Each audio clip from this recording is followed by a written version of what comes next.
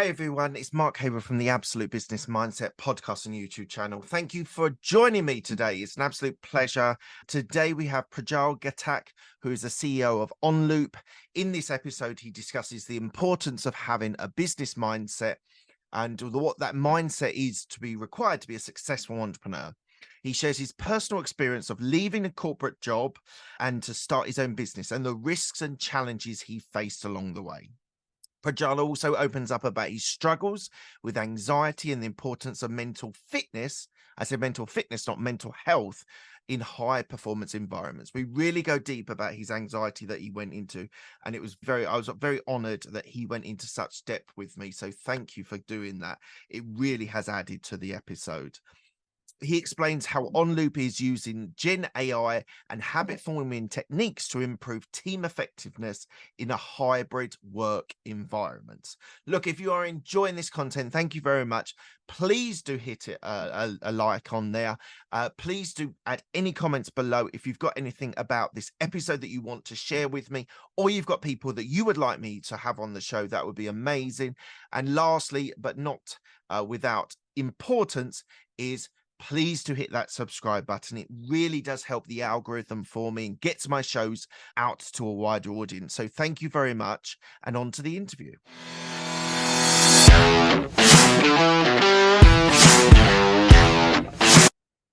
Today we have Prajal Gatak, who is the CEO of OnLoop, which is a Gen AI company focusing on team effectiveness. Hello, Prajal. How are you today? Good. Thank you for having me, Mark. Absolute pleasure. I think you've got a very impressive CV and you're still quite a young man as well. So I think there's going to be lots of areas that we're going to be able to go into, not just the OnLoop as well. But first of all, the podcast is called Absolute Business Mindset. What does a business mindset mean to you? Yeah, I think when the word business comes up, it usually responds in my mind to a commercial endeavor. And a business mindset is one where you want to bring something to life, and that can be a product or a service or a piece of content, which hopefully makes some commercial sense at some point of time in its life cycle. I think if it doesn't make commercial sense, it would be hard for it to have a business angle to it. And so I would say a mindset that brings something to the world for the purposes of commercial gain at some point in the life cycle of the entity.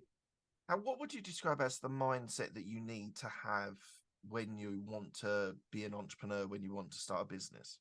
Yeah, I think the most important thing that's been true in my experience is to be adaptable and be resilient at the same time, since we live in a world that is changing rapidly. And so what you originally think might be quote unquote a good business may not turn out to be so in its primary iteration.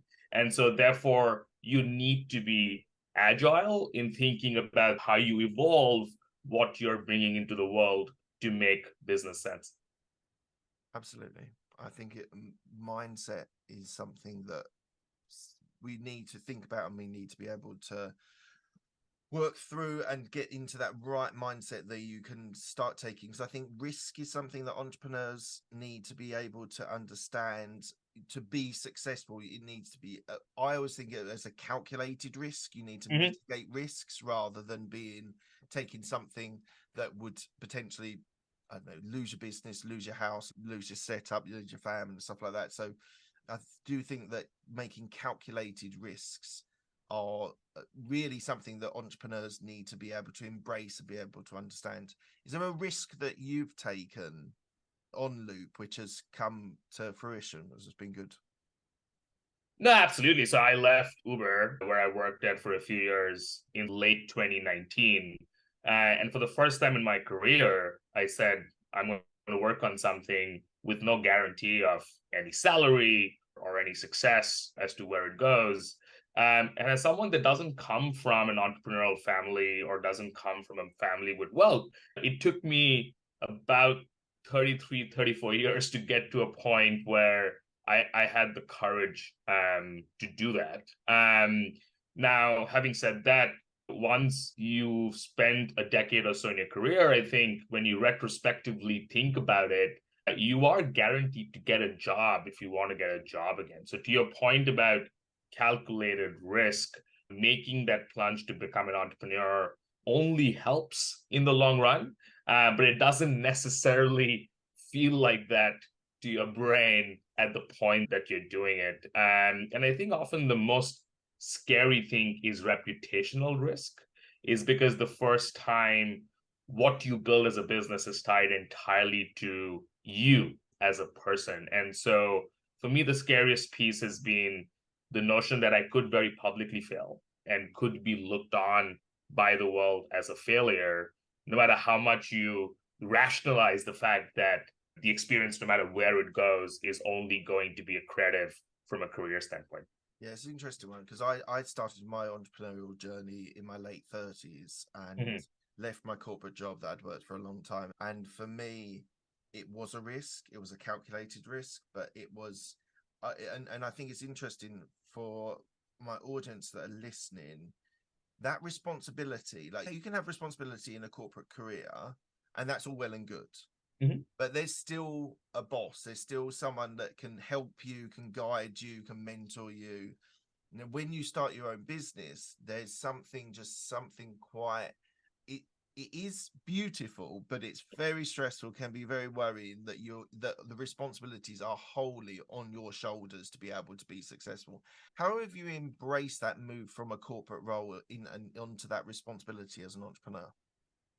Yeah, I jumped straight to the deep end, right? So I said I will quit my job and I will put a plan together or a sort of narrative together in terms of what I'm going to build, and then raise institutional venture capital for it as a first-time entrepreneur. And so I didn't really give myself a lot of stepping stones to get there. And frankly, it did catch up with me in 2022. And starting in May of 2022, I started professionally seeing a psychotherapist. In August of 2022, I got myself an executive coach. And in December 2022, I started seeking psychiatric care for clinical anxiety. And that's not something I would have necessarily predicted. And often businesses are long journeys, and often the toughest parts of it or the ups and downs don't necessarily come at the beginning or at the end. It comes in various points in the middle.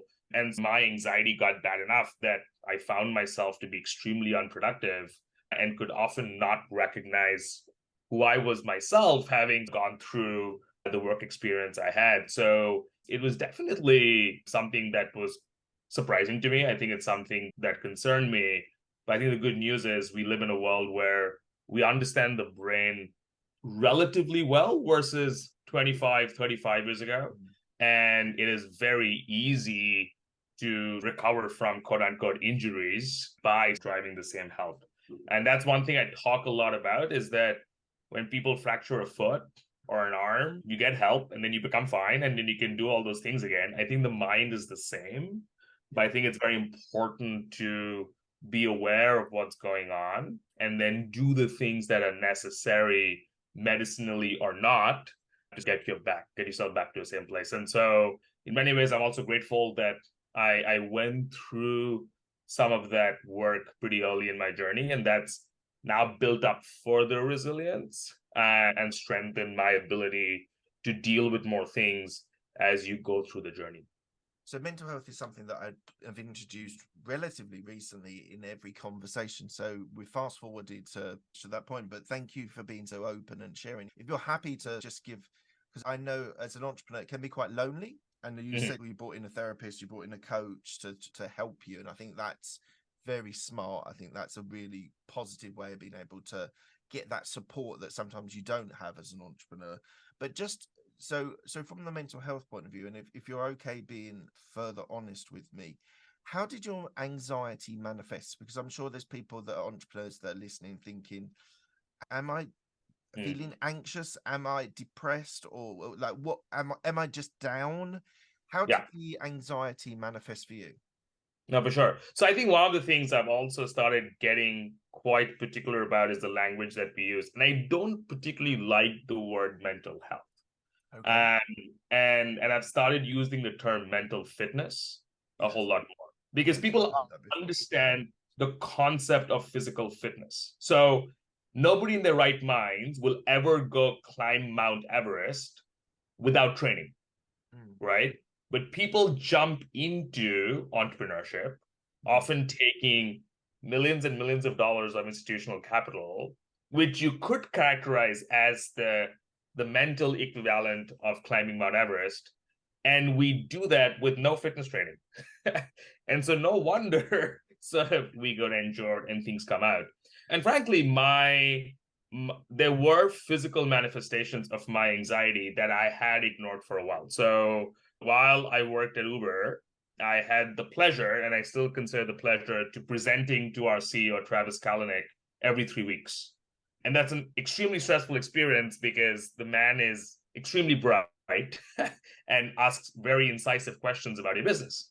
And so for about 3 or 4 hours before each of those meetings, I used to dry heave from stress. So I used to feel like I wanted to throw up. So I would have nausea, but nothing would come out, right? And as I went deeper into my entrepreneurial journey, with any upcoming meeting that I could be rejected, right? Or I could be made to feel stupid or incompetent or any of those things, those sort of signs of dry heaving massively accelerated. So it would often start happening almost on a daily or multiple times a week basis and became more commonplace. So that was one thing from a physical manifestation perspective, and often what you're going through your mind comes out in physical ways. The second was that anytime something would go wrong or there was a risk of receiving a piece of bad news, I would want to avoid it. And then B, it would often throw me into sort of a vicious down loop of, pardon my French, fuck, everything's going to break down. And so it's what is known in the literature as existential dread.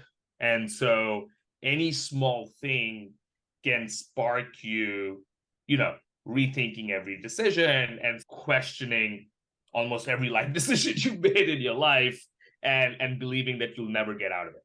And so it massively reduces your capacity to deal with problems or deal with tough things. And as a result, renders you unproductive. You get very tired. And often, even if you're sleeping well, you feel exhausted constantly from that anxiety. And it just brings down your productive capacity to be able to focus on and do good work. And so it affects things like focus and your overall productivity, which then puts you into a worse cycle because then that's only getting worse. And so there's pretty good literature on it. There's very good YouTube content from the likes of Andrew Huberman or Mel Robbins, or even folks like Tony Robbins that people might have views about him. And so any sort of YouTube search on anxiety in a business context will also help people relate. And actually, for me, while showering in the morning, I often used to listen to 10-15 minutes of people talking about anxiety because that really helped normalize the experience too. And you then realize that actually what you're going through is very normal. And happens to most folks in the journey of building a business. And you just need to get the right fitness regimes in place to make yourself better. Thank you for being so honest with me and my audience. It's incredible. I've asked that question probably 20 times now, maybe 25 times. It's relatively recent, and you've been open and honest and vulnerable.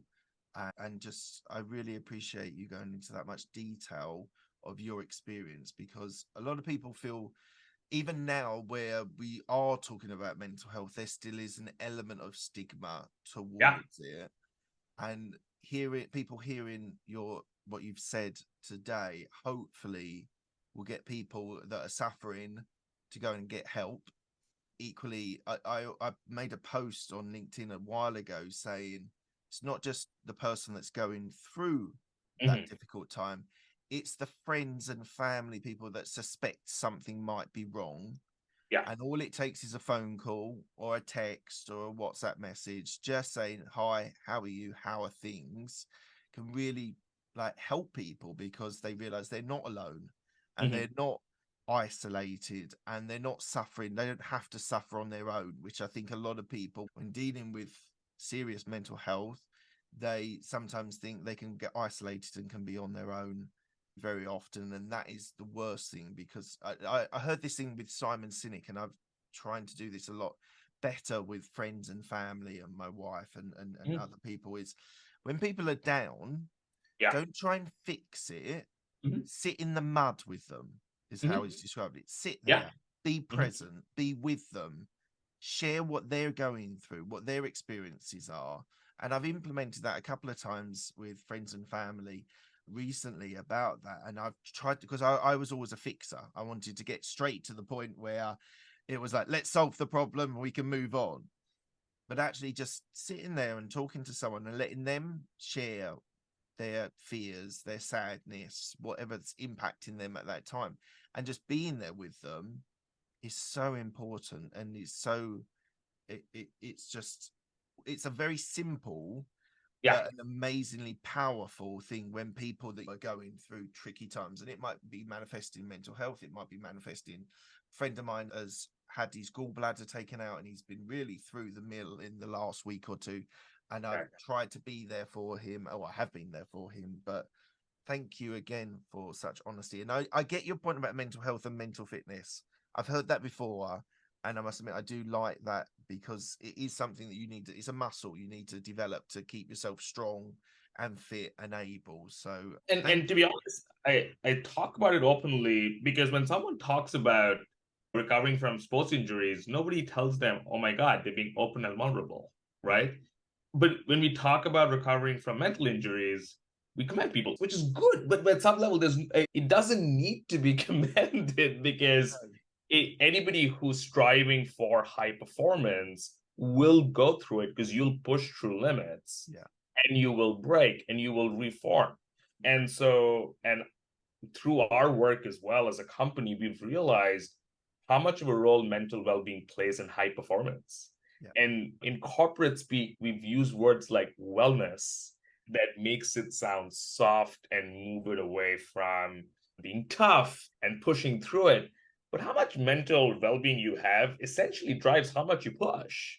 And you can sit there and get tasks done, but you're not going to make breakthroughs if you're not fit.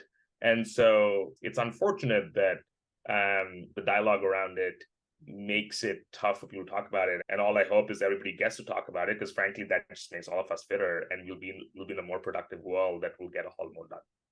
100% agree. Thank you so much. And it's inspiring to hear that story and hear how open you are about it. And I understand what you mean, but it's just, it needs to be talked about more regularly, especially with men Yes. as well. And yeah, thank you. That was a rabbit hole I wasn't expecting to go down, but I really do appreciate your honesty and openness. Right, we're going to fast forward through Accenture, through Uber. We might come back to it, but I want to talk about OnLoop. So you had a corporate. So as I said, you worked for Accenture for a while. You got your MBA. You then started working at Uber as a strategic planner, and must have been exciting times being an Uber. But I want to get on to that decision we touched on earlier. That decision to have a corporate career and then Yeah. move to have a startup like OnLoop. So first of all, why don't you tell me a little bit about OnLoop and then that transition from corporate to entrepreneurship? Yeah, I'll tell a little bit about how and why we were born as a company, and then I'll talk about where we're focused on now. As I went through my career and starting off as an entry-level management consultant to then taking on more managerial positions, and then at Uber running much larger organizations, I just found myself complaining all the time of how frustrating and time-consuming and backward a lot of our approaches to managing people were. And the tools I was given felt very time consuming, particularly around a aspect of modern day workplace known as performance management, which felt like it took a lot of time but yielded very low benefit for folks. And so when I left Uber, literally within a week of leaving, I wrote a 2-pager document that I called Talent Tech. And Talent Tech is opposed to HR tech, where the goal of talent tech is to maximize team effectiveness in the workplace. And there are various pillars of it, and we can go into it as I think about where we want to focus on long term. But we narrowed down on the fact that when people think about goals and feedback and ongoing development in the workplace, they think of performance management and they think of professional development plans or L&D. And if you ask most managers on how they feel about performance management and professional development plans, you will not get very positive responses. And as a result, people have run away from very important things like goals and feedback because they've equated it to an experience that they run away from. And so as a company today, we use the very best of technology. And there are two aspects here that we really get inspiration from. One is all of the work we've seen in the fitness industry around forming the right habits, as well as the advances that we've seen in generative AI and the ability to give people superpowers, especially around language, to really focus on what we consider the 5 things that really matter for everyday clarity in a team. And those 5 things have a hierarchy to it. And we call that the collaborative team development or CTD pyramid. And at the very base of it sits team well-being and tracking, as we're talking about where people's productive capacity is. The second layer is understanding each person's goals, and goals in the form of targets, projects, or skills, not OKRs or company goals, but actually what each person's work translates into day by day. And then 2 layers of feedback, both to help people identify what we call superpowers, as well as their blind spots through both recognition and constructive feedback. And then finally, ongoing everyday development. And so because we were born from pain and not an idea, we're still not very good at giving ourselves a sexy one-liner of what we do. We're working on it. But we think of ourselves as sort of a Gen AI and habit forming enabled co-pilot for managers of hybrid teams to be more effective every day. And through that, we expect teams to be clearer about what they're doing. We expect themselves to be happier because they feel a sense of progress. And we expect businesses to be able to get more done because now we focus everyone's energies on the things that really matter. Prajal, how can you make performance management exciting and interesting? It's the absolute bane of my life in corporate, just because we did it every year, and then there was 6 monthly reviews, and it all felt very process driven rather than actually personalized and thoughtful on how you could develop within the organization. I was quite lucky. I wanted to, with a mentor that I worked with in my corporate career, I know I was quite entrepreneurial. I was reading entrepreneurial books. I was reading self-development books and personal development books. So with me and my mentor, I was driving my career forward.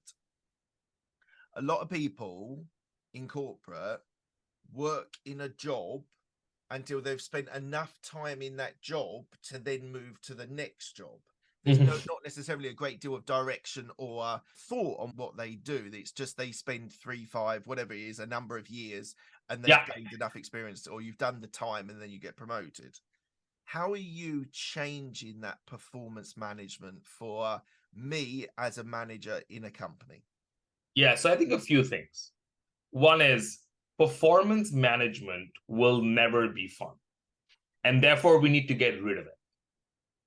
Okay. Now, that doesn't mean that we don't seek to better understand people's goals and receive better feedback and grow over time. So think about, going back to the fitness analogy, think about working out and being fit as things like goals and feedback. And think about a really moldy, dirty gym as performance management, right? And we've now lived in a city for 40 years where the only gym is really smelly and moldy. So anytime you tell people to work out, they're like, oh my God, this is the worst thing I can do for myself. Yeah. And so therefore, people are not going to start working out if the only gym in town is a moldy gym? Yeah. And so we look at performance management as a backward system of record that exists largely for paperwork. However, when we think about collaborative team development, Yes. that becomes a forward-looking system of action that drives the right habits and day to day. And you said a very important thing earlier when you spoke about your mentor early on in your career. And some people are lucky to have the right managers who've been able to be good at managing despite terrible products and approaches. Yes. And we believe that there's no manager in the world who shows up to work every day and says, I'm going to be a shit manager today. But we just have, in the same way that no person who's overweight or unfit deliberately tries to be. They just haven't found the right approach to have a frictionless way of getting better. And so when the Fitbit first came out with 10,000 steps, that was magical for people because then they now had a simple, tangible thing to chase that could build better habits. And so if we need to get people fit in the workplace, and that's really our job as a company, we need to be thinking about the right habits, tools, and processes that make getting fit fun. And fitness in the work context is your well-being, is clarity on your goals, is getting good and better feedback, is learning, growing all the time. And so, which will drive your day-to-day performance and will drive how much you grow and contribute. And so that's what we try and make sexy again. We will never make performance management sexy. And therefore, we believe that the only way we change it is by building a fundamental new category. In the same way that... So I think you're really important because what I was going to say was there are people that are good managers, like people managers of people. Yes. There are people that are very good at their job. Mm-hmm. Sometimes they are distinctly different when it Correct. comes to performance management, talent management, personal development. Mm-hmm. And I think that's if you can make the right people support the other lower, like the juniors, let's say, that's gonna and you mentioned about hybrid working, which seems to be critical to what you are talking about. Yes. So I know you touched on collaborative team development, but just on a hybrid message, two things. Do you think hybrid working will continue into the next decade? And if so, how are you going to be able to help those employees who would have been able to have a water cooler, cup of coffee conversation to be able to develop themselves in their job and their career? So do we think hybrid's going to continue, and how do you help people get that collaborative team development? Yes, I think the genie's out of the bottle. Hybrid is here to stay, and it will only expand multifold in the decades to come. And technologies like VR and AR, technologies like Gen AI that allows people to now build more distributed teams is only going to accelerate those tailwinds. And so COVID was a ultimate catalyst to throw us into a remote world, but the pandemic lasted long enough, and there were other tailwinds that are a giant win in the sails of hybrid work. However, we strongly believe that the tools for working and to optimize performance have thus far been largely built for an in-person workplace. And therefore, you are seeing leaders around the world try and force their teams back into the office because we haven't built tools to manage productivity, manage clarity, manage culture, manage anxiety in an effective way yet for a hybrid workforce. So keep in mind that companies that have been global, like at Uber, I used to be on Zoom calls all day. Now, sure, I also had teammates around me who happened to be the same company, but I was actively working for a large percentage of my time with people who were not in Singapore or not people I was seeing, right? So, but often your manager was co-located with you. So your manager got significant amount of time with you. But in many cases, that also wasn't the case. And so for us, why hybrid matters is because in a sort of pre-pandemic in-person world, managers had the ability to spend the time with their teams to then build those rituals other than using technology. But today, as hybrid accelerates, we will have to rely on technology more to provide that clarity and alignment and focus on an everyday basis for teams to be productive. And therefore, we feel that our product and many others that will get built in the next few decades will play a huge role in making hybrid teams almost work better than in-person teams.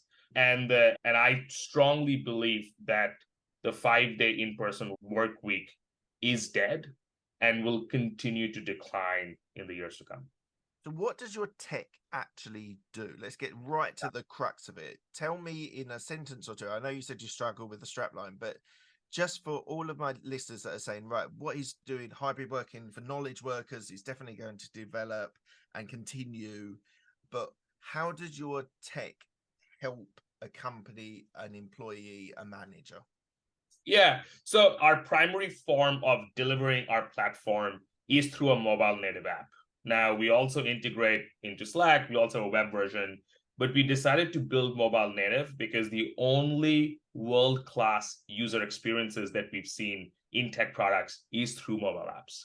And so if we have to build a world-class experience that inspires people to take action, there is no other form factor today. Now, that might change to VR, et cetera, in the future.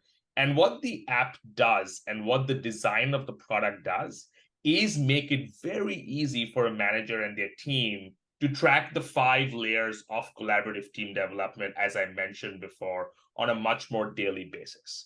And so what we're seeing in our product is very regular well-being checks from team members using the product. We're seeing them continuously update their goals as they take on new projects or are developing a certain way. So you get a much more sort of clear and dynamic and relevant perspective of what each person's working on. You are seeing people recognize team members very consistently. That's huge for motivation, but also helps each person understand what they're doing better. We're seeing people request feedback from their peers and receive a significantly higher volume of regular feedback that also helps them understand their blind spots. And then we also unlock content pieces as people tell us what they want to get better at so that they continuously grow. And so it is a co-pilot in your pocket that then makes sure that for individuals, they feel much more confident that they are on track and they know how to develop and grow. And then for managers to feel like they have certainty over what their teams are working on and they're progressing. We're also working on how we can collapse all of that into what we call a clarity score to also give people intelligent next actions to get better. But we drive a much more frequent habit forming loop around the things that really matter to drive high performance in the workplace. And is the AI part of it? Is it's learning from every client engagement that it has, and it is assimilating the information and then becoming better at suggestions and being able to help the managers or help the bosses be able to work with their employees? It's learning all the time. Was there at one point, did you put a data set of information that you've had from an employee or something from a company into the AI, or is it learning as it goes? Yeah, so people are going to massively mess up how they think about AI in as AI now becomes mainstream. So I think there are a few things to parse out here. I think the thing we became famous for and why we ended up at the World Economic Forum and won other awards is because we started auto-generating performance reviews based on the stream of input that managers and teams provided. So as long as people made a certain number of observations regularly, at the end of a quarter or at the end of 6 months, at a touch of a button, they could produce something called the Prism summary. And the Prism summary then became a very well-articulated long-form summary of all of those smaller pieces of feedback, etc. And we delivered one for the individual and one for the manager. And then they could have a very robust, detailed conversation around their evolution and growth without any of the manual paperwork. And when people started using that, they were like, holy shit, that's a game changer. So that's where we started using generative AI. And we started doing this in 2021 with GPT-3, and that tech's got a lot better over the last 2 years. With regards to our recommendation engine, that is much more mathematical at the moment. So it's not necessarily learning as yet, but we have a recommendations engine that will recommend next actions or recommend content based on what we found people find useful. You got an But algorithm. necessarily. You got an algorithm for Correct. An algorithm is not necessarily AI, and people often No. use the term algorithm and AI the same way. And so I don't No. want to lie about that. We use AI, we use an algorithm to figure that out. And now we're using Gen AI in the front end of the product where we can take a lot of unstructured notes. So we can take one-on-one notes or raw pieces of feedback like this person doesn't respond to emails or showed up late all the time, and give managers eloquent superpowers to then extract feedback and track progress in a much clearer way. So we're much more Gen AI focused and how we can use Gen AI to give managers superpowers versus necessarily building an AI recommendations engine yet, although I'm quite sure we will in the months and years ahead. Okay. Now, I'm not trying to put you in a particular angle here, but I was just thinking about this, about hybrid working. And I remember watching something, I think it was on social media or a podcast, and they were saying that hybrid working is for knowledge workers. Yeah. So in America, you might call it white collar. But what about all the blue collar workers, the chefs, the retail workers, the manual workers? All these people don't have the advantage to have a hybrid working because they need to be on site. Yes. How do you counter that when you say that there is still a place for hybrid working? Because a lot of banks and things like that in the UK are saying we want people back in the office more and more, but this is very much for knowledge workers. Why should knowledge workers get the advantage of hybrid working where there's a huge swathe of the population who have to do a job on site? No, I think it's an absolutely fair point. And I think the stat is that at the peak of the pandemic, I think the max you could get to in terms of hybrid remote work was 94%, right? So there's always going to be a residual part of the workforce that happens in person. I think the way I'll respond to that is I don't think that's knowledge work or not, right? So I think doctors, which is the ultimate form of knowledge work in many ways, is largely in an in-person profession. In fact, they were essential workers through the pandemic and did a heroic job in getting a lot of us through the pandemic. So it's not necessarily blue collar, white collar. It's just that certain forms of engagement, doctors from a white collar perspective or a plumber from a blue collar perspective, is not set up for operating remotely. Now, having said that, I think that's only going to move further, right? So I was sitting at Tianjin port in China last week where you just have 20 people in a room controlling all of the autonomous vehicles that are driving around, picking up cargo and dropping it off, right? 20 years ago, that was 2,000 people running the port, right? And you had 2,000 people having to show up. Today, that's 20 people in a room. Now, today, that room is co-located at the facility, but if you trust technology further, that could not be co-located, right? So I think as a world, we continue to make progress to allow sort of economic activity to happen both in person and remotely. It's just that certain things like plumbing is a good example where I think in 20 years you'll still need a plumber, right? And that person will probably show up in person to fix your pipe, but you can probably get a remote surgery done and have a top surgeon in the US sort of preside an operation having in India without having to fly down. And so I think everything in life is a spectrum and a continuum. It isn't black or white. But I think we continue to move to a world that is globally connected and able to perform activity across borders. And I think that's a very exciting outcome for the world. And I'll use another quick example. If you were a travel guide 5 or 10 years ago, you had to be in person. But in 5 years, we'll all be wearing VR headsets with a travel guide doing travel guides remotely. And so and I think studying history is very important because we study history, we realize all of the changes we're seeing now, various versions of those changes have happened in the last 100, 200 years. They're not particularly unique.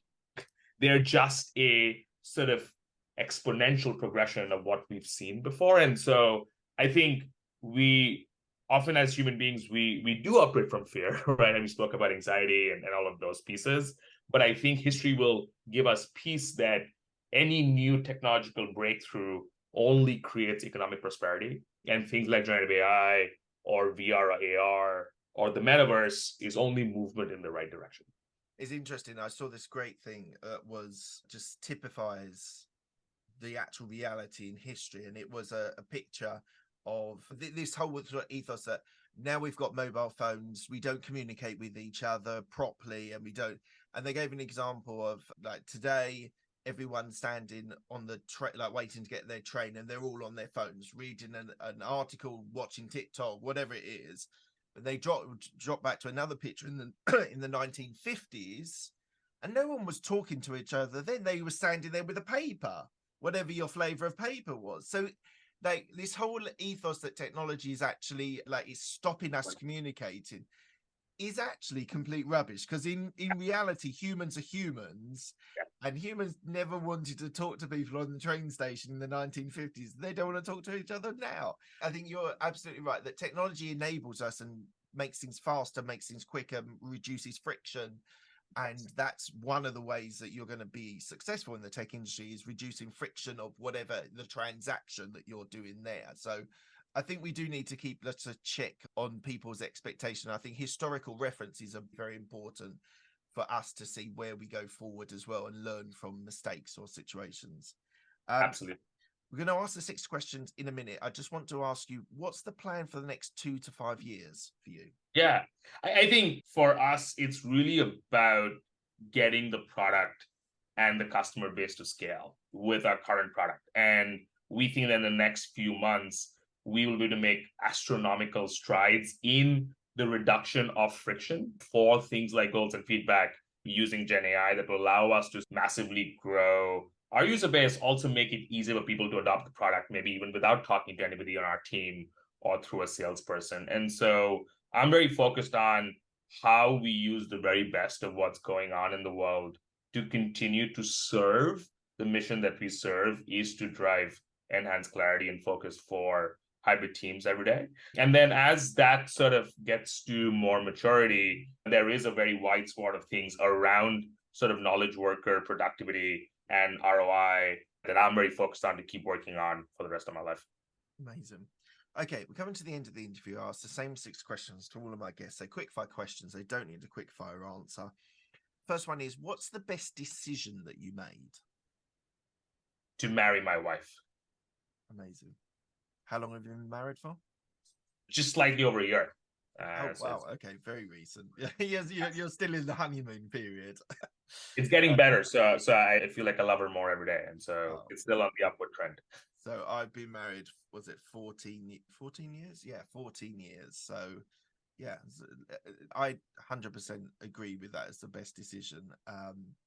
Yeah, we'll maybe check in with you in 10 years' time, and hopefully you'll still be married and still loving her more and more. So that's amazing. What's the best piece of advice you've been given? Yeah, this is a tough one. I think the best one that's been drilled into me as I go into this entrepreneurial journey is that you will never be a failure. And the fact that no matter what is the outcome of the business, you are only going to move forward and grow.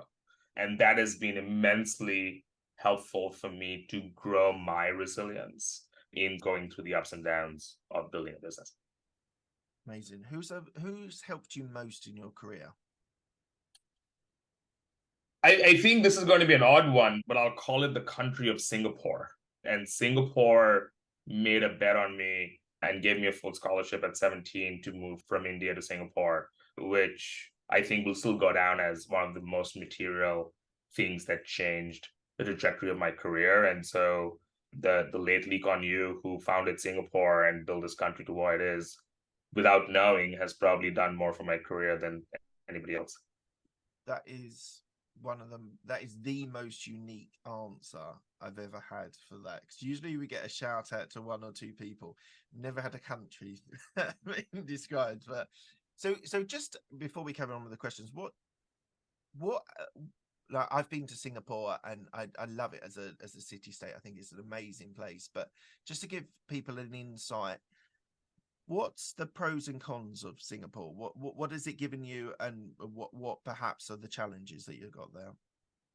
Yeah, I think the biggest pro of Singapore is that everything just works. And so there's very little energy that gets spent into living everyday life. And so therefore, you can then reserve all of that energy to pursue whatever you want to pursue in the world. And for me, trying to build a global software business makes Singapore a very easy base to operate out of. And access to a world-class airport that gets you direct to most places in the world except Latin America. And so I'm allowed to operate a largely seamless global existence from a tiny country, right? That's how I would encapsulate what works really well. Obviously, very low crime rates, very low tax rates, as a quality of life fantastic. I think what people often look at the cons is one, sort of the size of it, right? And the fact that to really access any meaningful market, you have to leave Singapore. And I don't really see it as a con because I've lived with a global mindset for a while. And so that doesn't feel like a barrier. But for some people, it does. I think the second thing that comes up is that it doesn't have seasons. And so it has the same consistent weather every day that doesn't allow people to feel a sense of renewal or excitement or change, which often some people need to be motivated. And I think the third is that it's a pretty strict society and quite conservative and mainstream in how it looks at things, right? So, for example, same-sex marriage is still not legal. Drugs are punishable by death. And so there are rules that some people often find constraining to live. There's not a full freedom of speech. And so depending on who you are, I think a lot of people might find that constraining in how they operate. And so the best way I put it is that Singapore doesn't work for everybody, unfortunately. But if you fall under a certain sort of bucket, it works incredibly well. And so for me, it works incredibly well. And for me, it's the world's best country for who I am. But that may not always be the case for someone else. Okay, super. Tell me about a regret that you have. Not being more financially disciplined early on in my life and not really thinking about managing finance as well. And I think that being able to manage your burn and be able to save money gives people more freedom and more ability to do things. And I could have probably embarked on my entrepreneurial career even earlier. And again, life's a sample size of one. You can't A/B test it. So I wouldn't necessarily change anything. From that perspective, I don't have the word regret in my dictionary because one thing can change many things, and I'm quite happy with where I am with a sort of full set of variables. But I think financial discipline and knowledge of money early on gives people a superpower. Okay. What are you most proud of? I think the ability to come back from anything that has hit me and a belief that I can take on the world and take on any challenge that it throws at me. Some might be harder than others, but the fact that I feel resourceful and whole and confident to navigate whatever the world has in store. What does legacy mean to you? People referring to work that I might have done in a way that is positive and meaningful and people can add on top of to make the world better. Amazing. And lastly, where can people find you if they want to reach out to you? Yeah, so I'm always on LinkedIn, and often my company name is easier to find me. So it's OnLoop, and onloop.com is our website, and OnLoop's our company page on LinkedIn. My full name is Prajal Gatak, and as far as I know, there's only one of me that would show up on LinkedIn. So that's Projal, and my last name is Gatak, Ghatak. I absolutely love hearing from anybody who listens to any of my content and it resonates. So I read everything. And so I'd love to hear from anyone that felt like this content affected them positively or negatively in any way. Amazing, Prajal. Thank you so much for your time today. It's been an absolute pleasure. Thanks so much. It's been a joy. Thanks, I Mark. really hope you've enjoyed that content. It's a really fascinating interview that I've done there. So please do, if you are enjoying this content, please do give it a like.